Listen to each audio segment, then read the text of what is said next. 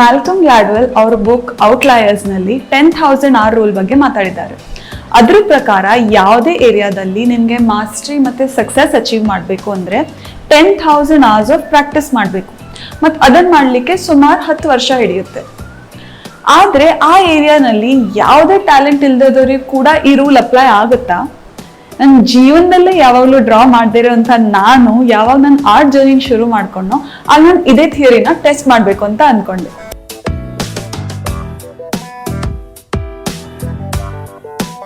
Hi guys, ನನ್ನ ಹೆಸರು ರಮ್ಯಾ ಮತ್ತೆ ಮಿಷನ್ ಮಾಸ್ಟ್ರಿಗೆ ಸ್ವಾಗತ. ಇವತ್ತು ನಾನು ನನ್ನ ಆರ್ಟ್ ಜರ್ನಿನಲ್ಲಿ ಈಗಿನ ತನಕ ಮಾಡಿರೋ 4,000 hours ಬಗ್ಗೆ ಮಾತಾಡ್ತಾ ಇದ್ದೀನಿ. ನಾನು ಫಾರ್ಮಲಿ ಓದಿದ್ದು ಎಂಜಿನಿಯರಿಂಗ್, ಮತ್ತೆ ಇನ್ಫಾರ್ಮಲಿ ಆರ್ಟ್ ಮತ್ತೆ ಡ್ರಾಯಿಂಗ್ ನಿಂದ ನಾನು ಯಾವಾಗಲೂ ತುಂಬಾ ದೂರ ಇರ್ತಿದ್ದೆ. In fact I hated it. ಆದ್ರೆ ನೆನಪಿದ್ದಾಗಿಂದನೂ ನನಗೆ ಒಂದು ಕನಸಿತ್ತು, ಪಿಕ್ಸಾರ್ನಲ್ಲಿ ಕೆಲಸ ಮಾಡಬೇಕು ಅಂತ.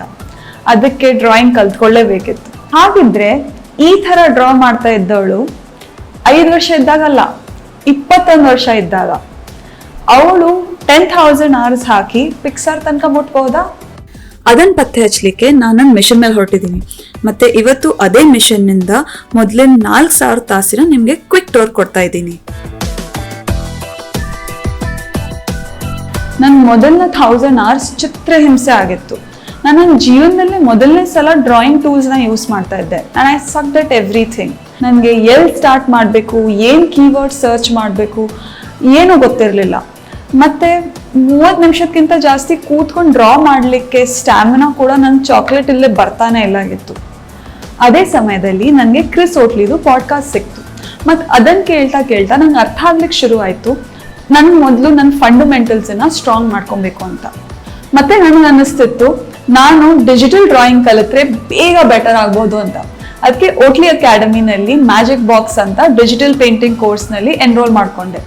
ಇದು ನನ್ನ ಫಸ್ಟ್ ಡಿಜಿಟಲ್ ಪೇಂಟಿಂಗ್ ಅಸೈನ್ಮೆಂಟ್ ಇಂದ ಮೊದಲನೇ 2 ಅಟೆಂಪ್ಟ್ಸ್. ಅದು ನಾನು ಹೇಗೆ ಅನ್ಕೊಂಡಿದ್ನೋ ಹಾಗಂತೂ ಖಂಡಿತ ಕಾಣ್ತಾ ಇಲ್ಲಾಗಿತ್ತು. ಮತ್ತೆ ನನ್ನ ಡಿಜಿಟಲ್ ಟ್ಯಾಬ್ಲೆಟ್ನಲ್ಲಿ ನಾನು ಅನ್ಕೊಂಡಿರೋಷ್ಟು ಮ್ಯಾಜಿಕ್ ಕೂಡ ಇಲ್ಲಾಗಿತ್ತು. ಆಗ ನಂಗೆ ಅರ್ಥ ಆಯ್ತು ಪೇಪರ್ ಮತ್ತೆ ಪೆನ್ಸಿಲ್ ಯೂಸ್ ಮಾಡಿ ಪ್ರಾಕ್ಟೀಸ್ ಮಾಡೋ ಮತ್ತೆ ಮಸಲ್ ಮೆಮರಿ ಬಿಲ್ಡ್ ಮಾಡೋ ಇಂಪಾರ್ಟೆನ್ಸ್ ಏನು ಅಂತ. ಅದಕ್ಕೆ ನಾನು ರೆಗ್ಯುಲರ್ ಆಗಿ ಜೆಸ್ಚರ್ ಡ್ರಾಯಿಂಗ್, ಅನಾಟಮಿ ಮತ್ತೆ ಪರ್ಸ್ಪೆಕ್ಟಿವ್ ಡ್ರಿಲ್ಸ್ ಮಾಡ್ಲಿಕ್ಕೆ ಶುರು ಮಾಡಿದೆ. ಇದೇ ಟೈಮ್ನಲ್ಲಿ ನಂಗೆ ಅರ್ಥ ಆಗ್ಲಿಕ್ಕೆ ಶುರು ಆಯ್ತು ನನ್ನ ಕ್ರಿಟಿಕಿಗೆ ಯಾಕೆ ಓಪನ್ ಆಗಿರ್ಬೇಕು ಅಂತ.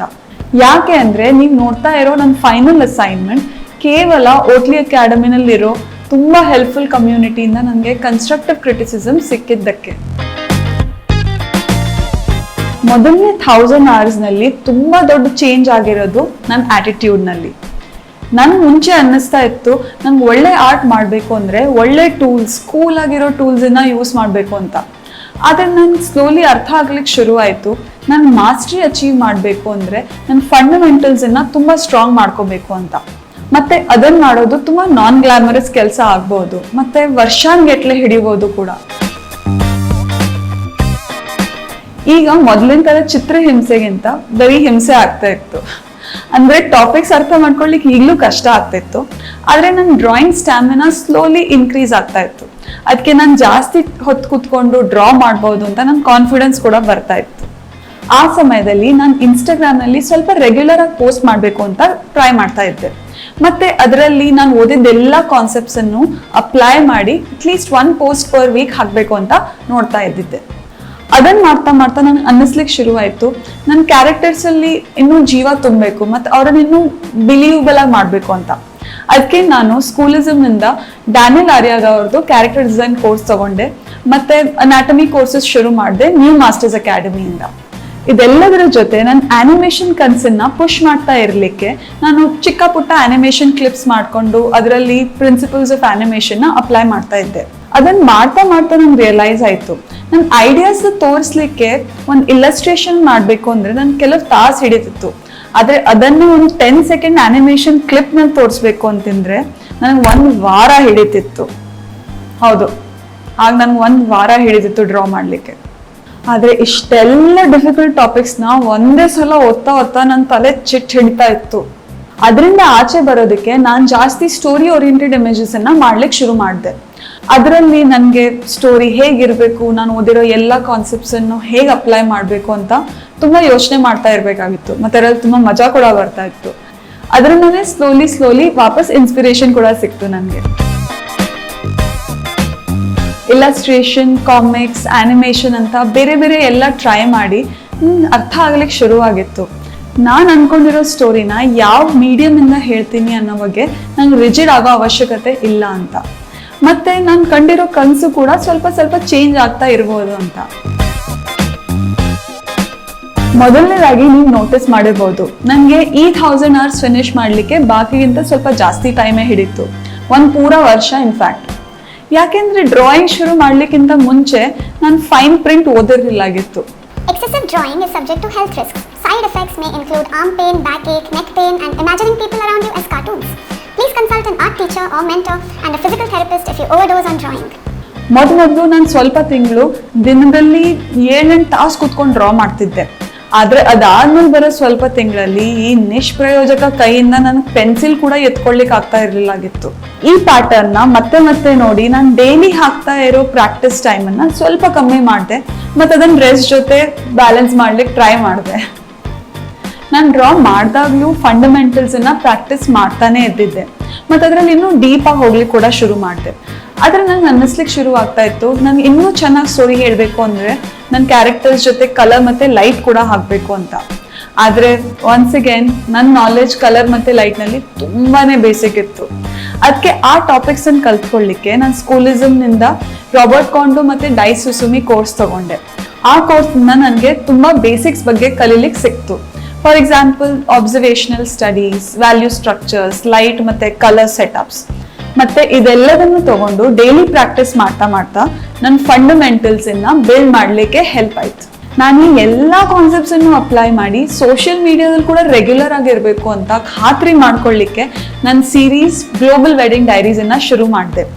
ಈ ಸೀರೀಸ್ ನಲ್ಲಿ ನಾನು ಬೇರೆ ಕಂಟ್ರೀಸ್ ಇಂದ ಬೇರೆ ವೆಡ್ಡಿಂಗ್ ಕಸ್ಟಮ್ಸ್ ಅನ್ನ ಇಲ್ಲಸ್ಟ್ರೇಟ್ ಮಾಡ್ತಾ ಇರ್ತಿದ್ದೆ. ಇದನ್ನ ಮಾಡ್ತಾ ಇರುವಾಗ ನನ್ನ ಎಕ್ಸೈಟ್ಮೆಂಟ್ ಯಾವಾಗ್ಲೂ ಹೈ ಇರ್ತಿತ್ತು, ಯಾಕೆಂದ್ರೆ ನನಗೆ ಬೇರೆ ಕಲ್ಚರ್ಸ್ ಬಗ್ಗೆ ಓದ್ಲಿಕ್ಕೆ ತುಂಬಾ ಇಷ್ಟ. ಮತ್ತೆ ಇದರಿಂದ ನನ್ನ story telling, character design, costumes, colour, light ಈ ಎಲ್ಲ ಮಸಲ್ಸ್ ಕೂಡ ಒಟ್ಟಿಗೆ ಎಕ್ಸಸೈಸ್ ಕೂಡ ಮಾಡ್ಲಿಕ್ಕೆ ಆಗ್ತಾ ಇತ್ತು. ನನ್ನ ಲೈಫ್ ಇಂದ ಕೂಡ ಅಬ್ಸರ್ವ್ ಮಾಡಿ ಡ್ರಾ ಮಾಡ್ಲಿಕ್ಕೆ ಶುರು ಮಾಡಿದೆ. ಈಗಲೂ ಅದ್ರಲ್ಲಿ ನಾನು ಅಷ್ಟು ಕಾನ್ಫಿಡೆಂಟ್ ಇಲ್ಲ, ಮತ್ತೆ ಪಬ್ಲಿಕ್ ಅಲ್ಲಿ ಡ್ರಾ ಮಾಡೋ ಹಾಗಾಗೋ ಭಯ ನನ್ನ ಮುಖದಲ್ಲಿ ತೋರಿಸುತ್ತೆ. ಆದ್ರೆ ಅದು ನನಗೆ ತುಂಬಾ ಹೆಲ್ಪ್ಫುಲ್ ಆಗಿತ್ತು. ಅಂಡ್ ಐ ಹೋಪ್ ಸಮಯದ ಜೊತೆ ನಾನು ಅದ್ರಲ್ಲಿ ಬೆಟರ್ ಆಗ್ಬೋದು ಅಂತ. ಫಂಡಮೆಂಟಲ್ಸ್ ಮೇಲೆ ಫೋಕಸ್ ಮಾಡ್ತಾ ಇದ್ದಿದ್ದಕ್ಕೆ ನಾನು ಇಲ್ಲಸ್ಟ್ರೇಷನ್ ಮಾಡುವಾಗ ಇನ್ನೂ ಚಾಲೆಂಜಿಂಗ್ ಟಾಪಿಕ್ಸ್ ತಗೊಳ್ಳಿಕ್ಕೆ ನಂಗೆ ಕಾನ್ಫಿಡೆನ್ಸ್ ಬರ್ತಾ ಇತ್ತು. ಮತ್ತೆ ಲೈಫ್ ನಿಂದ ಡ್ರಾ ಮಾಡಿದಾಗ ಕೂಡ ನನ್ನ ಅಬ್ಸರ್ವೇಷನಲ್ ಸ್ಕಿಲ್ಸ್ ನಲ್ಲಿ ಸೂಕ್ಷ್ಮತೆ ಹೆಚ್ಚಾಗ್ತಾ ಇತ್ತು. ಈ 1000 hours ನನ್ನ ಜರ್ನಿನಲ್ಲಿ ತುಂಬಾ ಕ್ರೂಷಿಯಲ್ ಆಗಿತ್ತು. ಯಾಕೆಂದ್ರೆ ನನಗೆ ಅರ್ಥ ಆಗ್ಲಿಕ್ಕೆ ಶುರು ಆಗಿತ್ತು, ನಾನು ಸುಂದರವಾದ ಪೇಂಟಿಂಗ್ಗಿಂತ ಅದರಲ್ಲಿರೋ ಸ್ಟೋರಿಗೆ ಜಾಸ್ತಿ ಬೆಲೆ ಕೊಡ್ತಾ ಇದ್ದೀನಿ ಅಂತ. ಅದಕ್ಕೆ ನಾನು ಕಾನ್ಶಿಯಸ್ ಎಫರ್ಟ್ ಹಾಕ್ಲಿಕ್ಕೆ ಶುರು ಮಾಡಿದೆ. ನನ್ನ ಇಲ್ಲಸ್ಟ್ರೇಷನ್ ನಲ್ಲಿ ಸ್ಟೋರಿ ಎಲಿಮೆಂಟ್ ಡ್ರೈವಿಂಗ್ ಫ್ಯಾಕ್ಟರ್ ಆಗಿರ್ಬೇಕು ಅಂತ. ಮತ್ತೆ ಅದ್ರಲ್ಲಿ ನಾನು ಪರ್ಸನಾಲಿಟಿ ಕೂಡ ಜಾಸ್ತಿ ಹಾಕ್ಲಿಕ್ಕೆ ಶುರು ಮಾಡಿದೆ. ಅದೇ ಟೈಮ್ನಲ್ಲಿ ನಾನು ನನ್ನ ಫಸ್ಟ್ ಸ್ಟೋರಿ ಪ್ರಾಜೆಕ್ಟ್ ಕೂಡ ಫಿನಿಶ್ ಮಾಡಿದೆ.